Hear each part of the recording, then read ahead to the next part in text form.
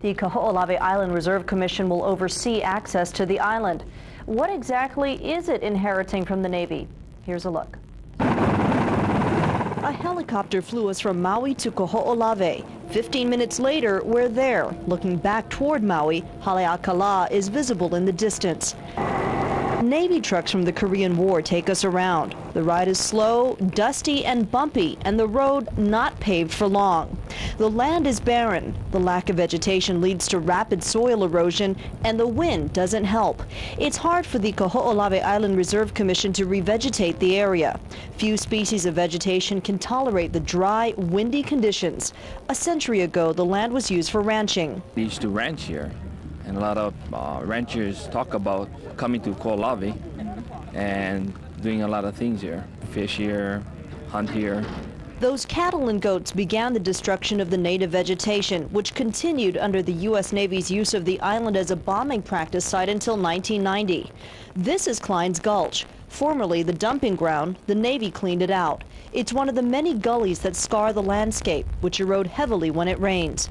At many areas on the island, you can see civilian contractors cleaning up the ordnance and fragments. The cleanup may never be done. When the Navy pulls out in March, how much stuff do you think is going to be left? Maybe about 30% more. It's estimated 10% of all ordnance shot at Kahoolawe did not explode upon impact and remains on the island, posing a real risk of injury.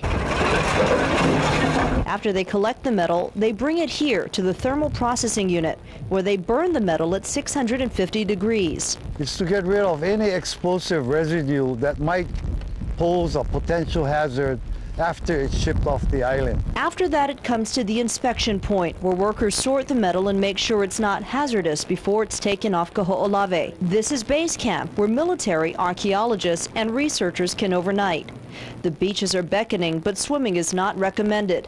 Unexploded ordnance in the water is dangerous. And yet, despite all this, Hawaiians are happy to have the land back. Part of our history, our culture, and it being returned back. It is, they say, important to Aloha Aina, love the land, and now heal it.